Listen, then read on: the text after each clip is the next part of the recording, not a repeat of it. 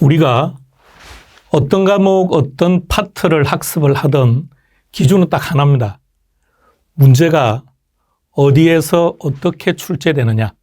이것만 알게 되면 야, 그거 진짜 어려워. 이 얘기 안 나옵니다.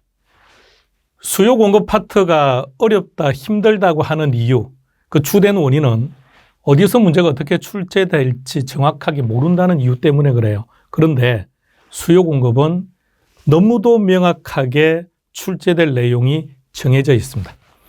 수요 공급 파트에서는 3문제 내지 5문제가 출제가 되는데 우리는 4문제를 기준으로 딱 잡으세요. 자, 그래서 수요 공급에서 출제되는 부분은 이렇게 4가지 파트입니다. 제목을 한번 쭉 보세요. 그래서 4개 파트를 학습하니까 시험 문제는 4문제가 출제된다라고 딱 생각을 하시기 바랍니다. 그런데 3문제가 출제가 되었다는 얘기는 어떤 특정한 내용이 다른 내용과 합쳐져서 함께 출제되었다는 얘기입니다. 그런데 주로 많이 합쳐지는 경우가 2번째 나와 있는 수요 공급의 변화 요인 내지는 균형점의 이동입니다. 이 둘은 어느 한쪽으로 포함되더라도 아무런 차이점이 없어요. 그러니까 문제가 5문제가 출제가 되었다 그러면 어느 한 파트에서 2문제가 출제되었다는 얘기인데 2문제가 출제되었다고 하면 딱 정해져 있습니다. 탄력성입니다. 자, 수요 공급의 개념에서도 제일 중요한 게 딱 2가지예요. 유량과 저량을 구분하는 것. 2번째, 수요량의 변화와 수요의 변화를 구분하는 것.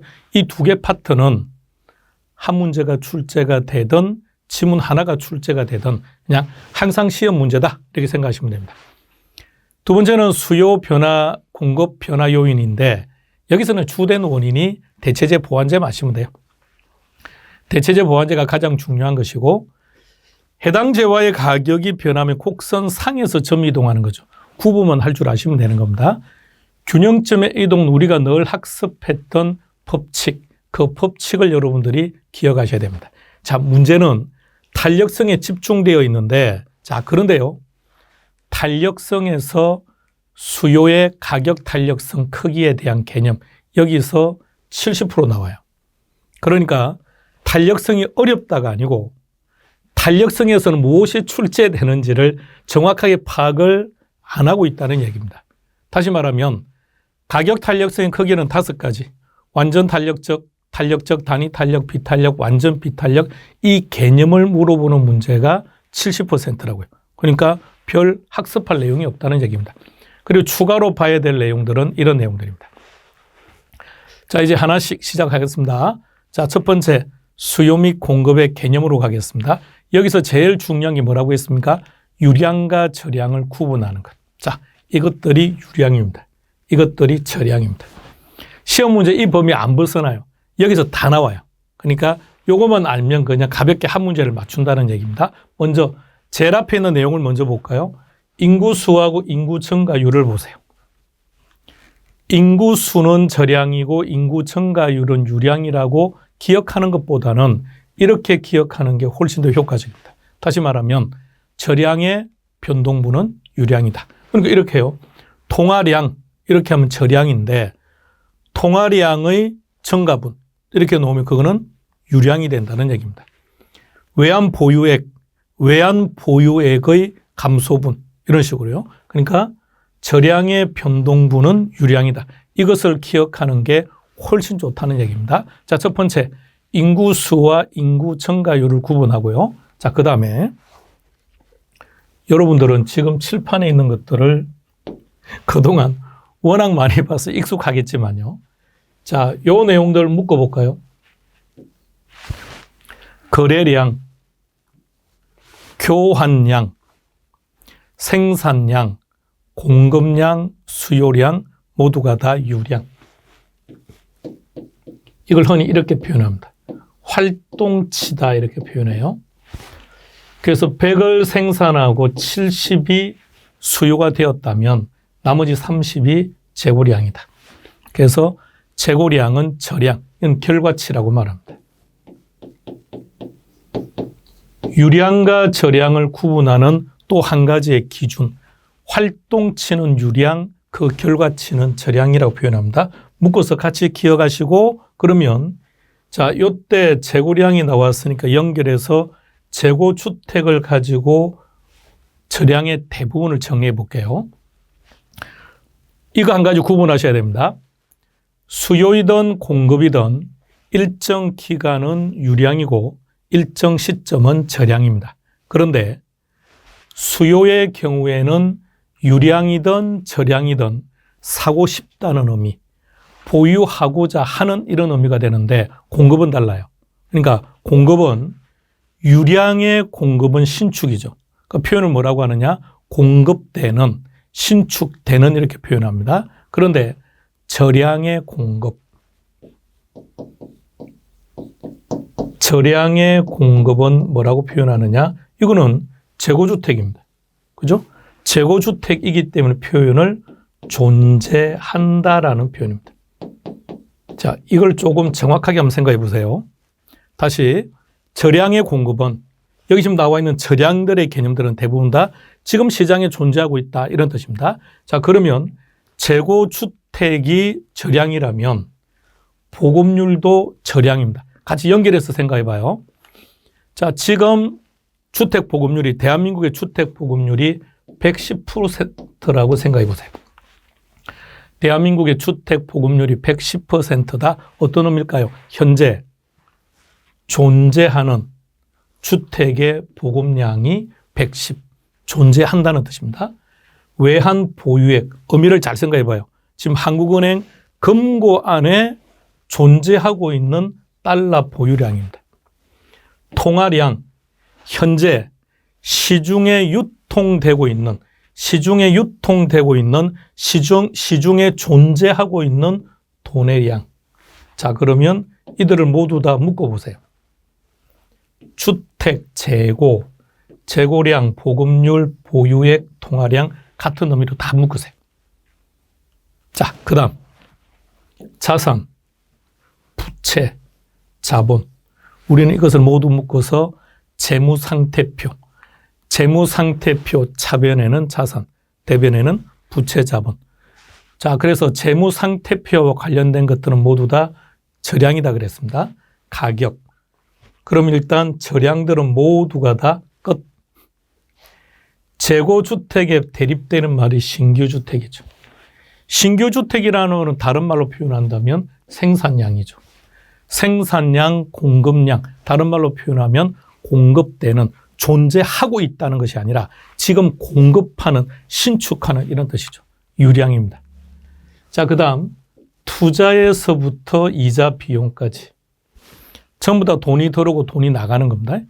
내수 중에 돈이 들어오거나 돈이 나가는 것들은 모두가 다 유량. 자, 여기서 지대 수입은 한 단어가 아닙니다. 합성어입니다.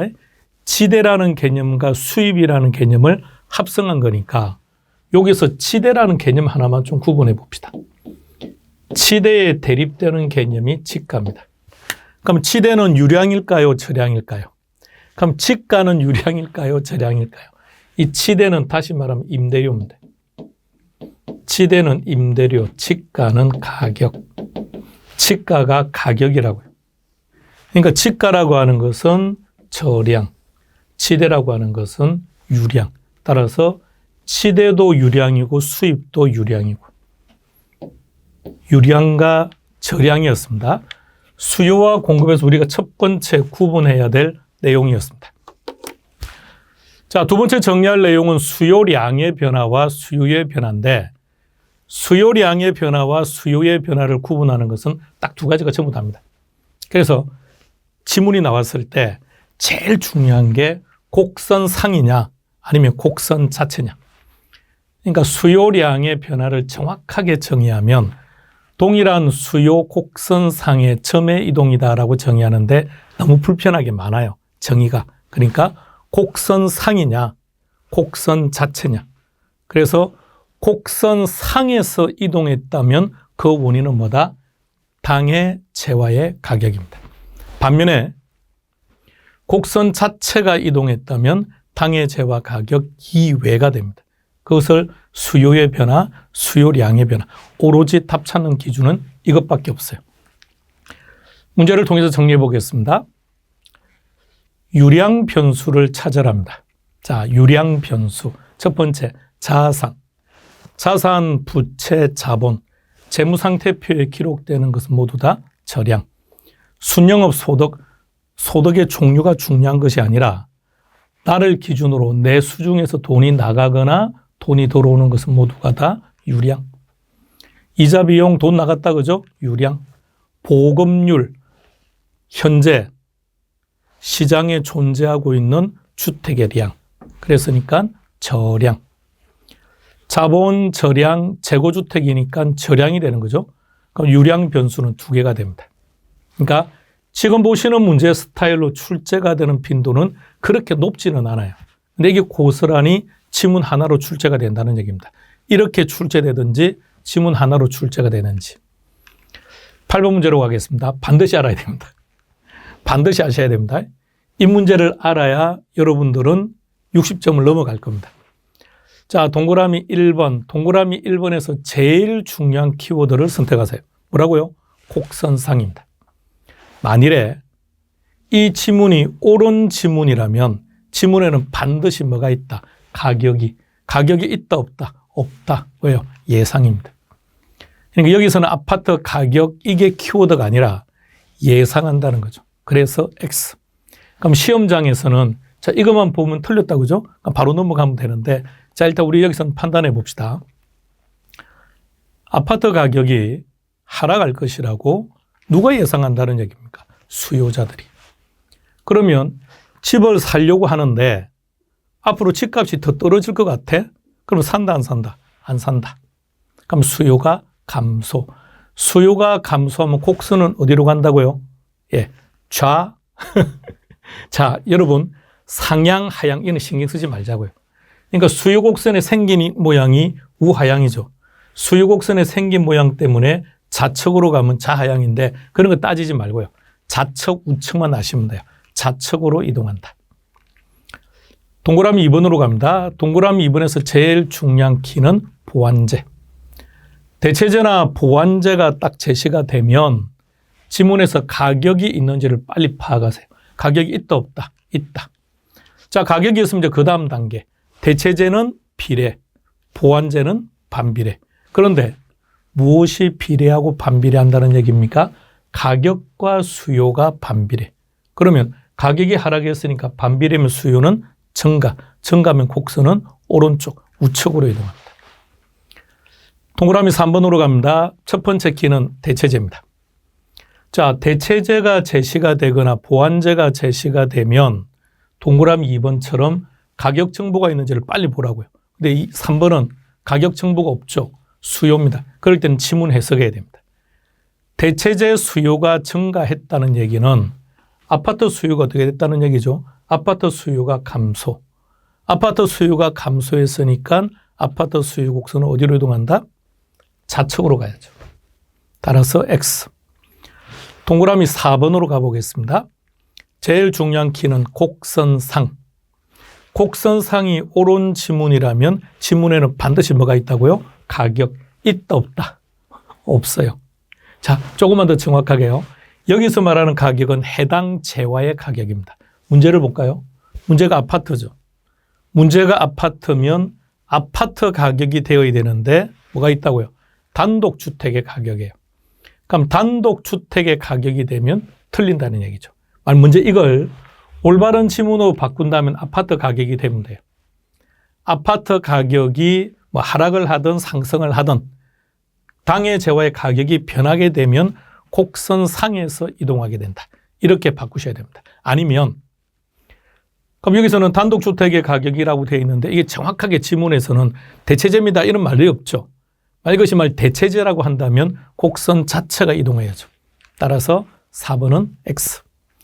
5번으로 가겠습니다. 세금이 인상되면 수요는 어떻게 됩니까? 감소하겠죠. 감소하면 곡선은 좌측으로. 정확합니다. 답은 5번 됩니다. 수요 공급 파트에서 첫 번째 학습해야 될 내용이 수요와 공급의 개념인데 수요와 공급의 개념은 그냥 다른 생각하지 마세요. 그냥 해마다 시험 문제다. 해마다 시험 문제로 출제가 되는데 항상 한 문제가 출제가 된다. 근데 그 한 문제가 출제가 됨에 있어서 제일 중요한 것은 두 가지. 지금 했던 게 제일 중요합니다. 수요량의 변화와 수요의 변화, 공급량의 변화와 공급의 변화가 제일 중요한 것이고, 두 번째는 유량과 저량을 구분하는 것. 그 나머지는 그냥 지문 하나로 출제될 수 있는 내용들입니다. 그런데 지금 보시는 것처럼요, 수요의 변화와 수요량의 변화는 단순하게 곡선 상에서 이동했느냐, 곡선 자체로 이동했느냐로 끝나는 것이 아니라 곡선 자체가 이동했다면 곡선 자체가 오른쪽입니까? 왼쪽입니까? 그렇다면 오른쪽으로 이동하든 왼쪽으로 이동하든 그 원인은 변화 요인, 대체재, 보완재, 소득, 금리, 주가 등등등 그런 것들이 함께 언급되는 게 일반적입니다. 자, 여기까지 정리하고 우리 잠시 쉬었다가 다음 파트로 이어가겠습니다.